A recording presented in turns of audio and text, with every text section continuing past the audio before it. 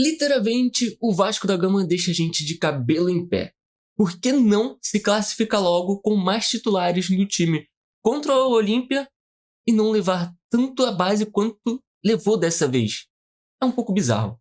Com certeza que a gente concorda que o Vasco tem ali a sua prioridade no Brasileirão, até mesmo a Copa do Brasil, onde o Vasco pode estar conseguindo ganhar mais dinheiro. E claro, não cair no Campeonato Brasileiro por conta do elenco que tem, que não é assim tão confiante, né? Não aparentemente tem tantas lideranças e tanta confiança nos seus jogadores. Mas essa partida contra o Olímpia, eu acho que poderia ser uma grande exceção no quesito de levar mais titulares. Porque, irmão, poderia estar tirando três partidas. A última da fase de grupo, que o Vasco já teria classificado ele possivelmente em primeiro lugar. E outras duas com os times que vem no Brasileirão, que o Vasco vai ter que jogar na data FIFA. E o Vasco resolveu. Aparentemente, eu acho que foi o jogo que teve mais base de todos, se eu não estou enganado. Então isso foi um grande problema. Mas talvez até entenda porque temos reservas laterais que estão machucados e que aí possivelmente se tornam os reservas do reserva titular. Então, eu acho que dá para estar entendendo. Mas como a gente vai ter a parada da data FIFA, seria muito mais interessante a gente poder estar utilizando o elenco agora para retirar 3 datas. Ou melhor, faz um cálculo aí que a matemática aqui não vai funcionar dessa forma. Porque o jogo de ontem foi para estar deixando a gente totalmente irritado. Porque eu até concordo com o Renato Gaúcho, como eu falei, sobre não focar tanto na Sul-Americana. Mas, irmão, Sul-Americana é o único momento em que a gente vai estar conseguindo ganhar um título. E aquilo que tirar mais datas. E agora ele vai ter que estar tendo mais datas, menos descanso, por conta do que fez. Mas claro que a gente também pode estar falando um pouco sobre a arbitragem, que tá um pouco de sacanagem com o Vasco, né? Pô, irmão, o juiz foi lá e meteu o pé no escanteio, sendo que a bola tava em cima da linha. E eu acho que o juiz não sabe o que é em cima da linha diante da regra do futebol, né? Porque a bola é esférica. Não precisa estar a base colada na linha.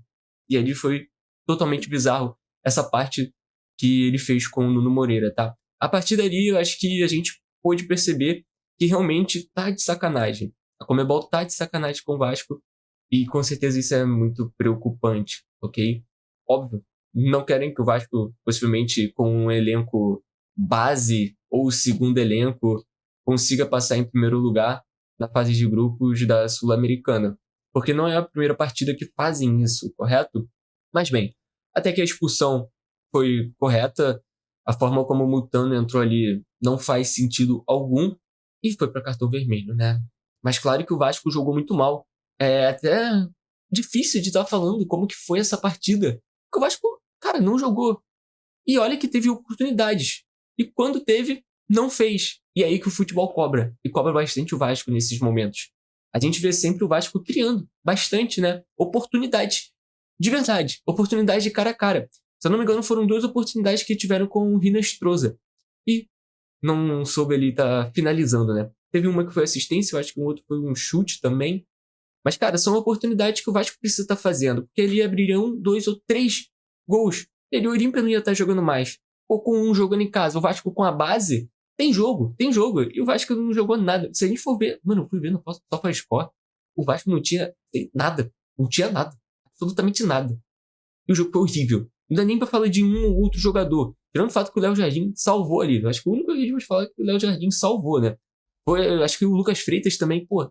Mano, a bola ali não subiu. A bola passou por 2 também do Vasco. No escanteio do gol. Maluco. O que foi aquilo? Colocar o Tietê. Olha o que o Tietê tá fazendo nos jogos, irmão. Eu acho que isso é o mais preocupante dos treinadores brasileiros, cara. Eu entendo muito da oportunidade e da experiência pro time do Vasco que já não tinha experiência. Beleza. Mas não tem como. Não tem como o que o Renato tá fazendo com o Tietê. Sério. De verdade. Não faz sentido. Não faz sentido. O Tietê... Na próxima partida do Brasileirão, o Tietê não pode estar entrando de forma alguma. Alguma. Ele tem que ser lá a última escolha. A gente tem que dar prioridade para outros jogadores ganharem experiência também. E só jogando vão ganhar experiência. E tirando o fato que também teve a expulsão do técnico do Vasco, né? Não é o Renato, era o auxiliar. Mas também foi expulso.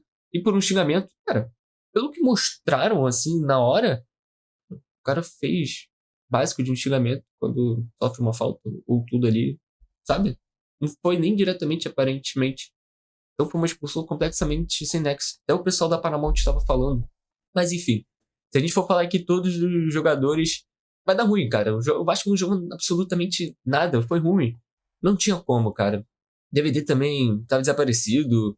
O Nuno não conseguia, tinha ali os toques, mas não foi, cara. Inestrosa tentou, deu um toque errado ali também para dar assistência pro Nuno. A bola foi muito para trás, né? Na hora da curva. O Vasco simplesmente não conseguiu fazer nada dentro desse jogo. A gente pode estar falando de Renato, jogadores, juiz, mas no final, cara, eu acho que muito mais pode estar indo para conta do Renato por estar escolhendo certos jogadores que não poderiam estar lá, por levar jogadores que eu acho que se o Vasco ganha com os titulares nessa partida, acho que a torcida ficaria muito mais feliz com o empate na próxima e poderia estar entendendo, sabe? Acho que a torcida iria entender, não deixar titulares na maior parte do tempo no próximo Campeonato Brasileiro da partida. E agora caiu uma pressão maior do que estava. Vai estar numa pressão, os jogadores vão estar numa pressão muito maior. A gente sabe que confiar no Vasco às vezes é meio complexo, ainda mais nesse momento, né, de escolhas. A gente está realmente com medo do que o Renato vai estar escolhendo para esse time como elenco titular. Por mais que o Moura tenha feito aquele gol, né, não tá parecendo tanto, né? Mas ok, vai indo. O Vasco não tem reserva, sofrendo um pouco com lesão também. E com cartões também, né? Se a gente for para pensar, jogadores bem estratégicos do nossa espinha dorsal não estão podendo fazer parte. Mas no final, realmente, cara, eu acho que deu muito mole o Vasco nessa partida. Acho que principalmente o Renato, por como eu falei. E agora é rezar para que tudo dê certo nas próximas partidas e que o Vasco vença. Porque senão a pressão vai cair muito mais. E a gente sabe que o Renato nas entrevistas coletivas perdendo é muito ruim. É terrível de escutar uma coletiva do Renato perdendo, sabe? Voltar sempre no assunto Vasco tinha 1 ponto. Aí agora tem tantos pontos. Mas, irmão, você perde uma partida, você já tá lá embaixo de novo. E o Vasco não tá ganhando. E o que o Vasco tinha de acerto com o Renato no início era as trocas. Mas agora tá uma parada muito bizarra. As substituições não tão legais. O uso de titulares não tão legais. Tá na hora de ego. Cara, quando tem ego no meio, é muito ruim. Eu odeio técnico que, tipo, pode ter seu ego em 1 ou 2 partidas com aquele jogador, tentar. Mas, mano, chega uma hora que, tipo, não dá. Não vai dar. E é isso que aconteceu com o Tietchan já. E com o Moura que a torcida não aguenta mais também. Ele pode fazer uma partida boa, mas as próximas 5 a gente não vai ter essa constância que ele tem. Entendeu? Que ele poderia ter, ou que ele tinha que ter. Então eu acho que tem que dar um basta. E isso seria muito bom, até mesmo pro Renato e a torcida, sabe? Acho que o técnico também tem que escutar a torcida, entende? Não só a torcida, cara, eu acho que é o campo, né? O campo fala. E isso é um grande problema dos treinadores brasileiros. E claro, a gente sabe que o Vasco vai precisar contratar zagueiros, e o pior é que sempre falta alguma coisa pro Vasco estar contratando, e sempre parece que é a mesma coisa. E são sempre a mesma coisa. Volante. Caraca, quantas janelas a gente tá falando que o Vasco precisa de volante? É bizarro, né? É uma parada muito bizarra disso. E agora também falta atacante. Irmão, que saudade de ter um artilheiro. De verdade. Pô, aí o Verratti vai lá e faz o gol ontem contra o Palmeiras. A gente pensa, caraca, mano, que saudade dos gols. É muito bom quando o seu atacante faz o gol, né? Você espera ele fazendo gol. Um jogo sim, um jogo não. Tanto faz. Mas, caraca, é muito bom. É outro sentimento. E o Vasco não tá trazendo esse sentimento pra gente, né? E infelizmente, porque o Vasco tem seus jogadores ali, mas eles não estão demonstrando o porquê que estão ali. Então isso é preocupante. Vamos ver, vamos estar esperando as próximas partidas e ver o que isso pode estar melhorando e se o Renato vai parar de ter essa teimosia, né? Que a gente sabe que ele tem. Acho que, pô, os clubes que já passaram, Grêmio e Fluminense, a gente sabia que ele tem isso. Mas é que a gente acredita que ele possa ter evolução, sabe? Todo mundo pode estar evoluindo. E o Vasco tá deixando a gente de cabeça em pé aí, de cabelo em pé, melhor dizendo. E espero que isso aí mude logo, porque não tá dando, sabe? Não tá dando. São erros de bolas aéreas, como sempre também. E precisa da janela do meio do ano para tentar melhorar isso. Vai ter que vir zagueiro, vai ter que vir atacante, vai ter que vir volante. Fazer o quê? E o Vasco agora vai jogar com o Bragantino em casa. Caraca, o Vasco tem 3 partidas seguidas em casa. Bizarro. Isso vai ser muito bom. Porque agora vai ter que usar mais titulares contra o Barraca Central. Correto? Pra tá passando. Não poderia já ter usado? Seria muito melhor. Muito melhor. Mas enfim. Vai ter ganhado o Bragantino. Não tem jeito. Vai estar jogando em casa. Não usou os titulares. Isso aqui é obrigação ganhar.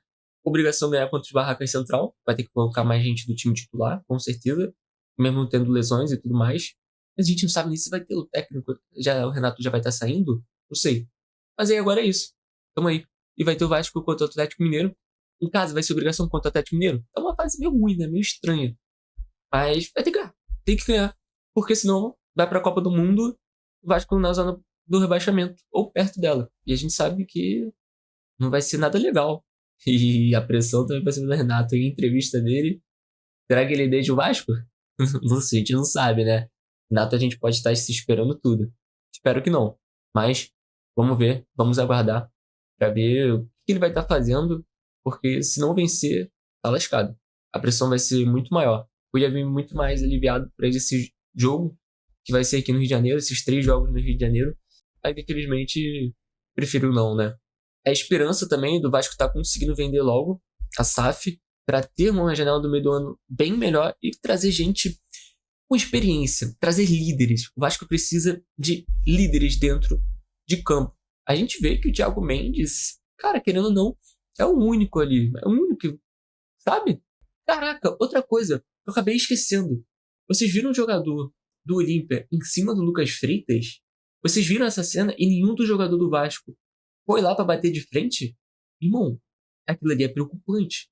Não é possível que nenhum jogador do Vasco foi lá defender o Lucas Freitas. Mano, aquilo ali é parada de frouxo. O que aconteceu ali? Aquilo ali não é normal. Cara, quando um jogador do adversário vai pra cima do seu jogador, do seu time, do seu companheiro, e fica comemorando em cima dele enquanto seu jogador, o teu time, tá deitado. Não, cara. Ali tem alguma coisa. Largar a mão? Não sei. Mas aquilo ali não pode estar acontecendo de forma alguma. Não pode. Mas é isso, então. Vamos ver aí como que vai ser esse próximo jogo. Espero que dê tudo certo. Não vai dar merda. Vai dar merda.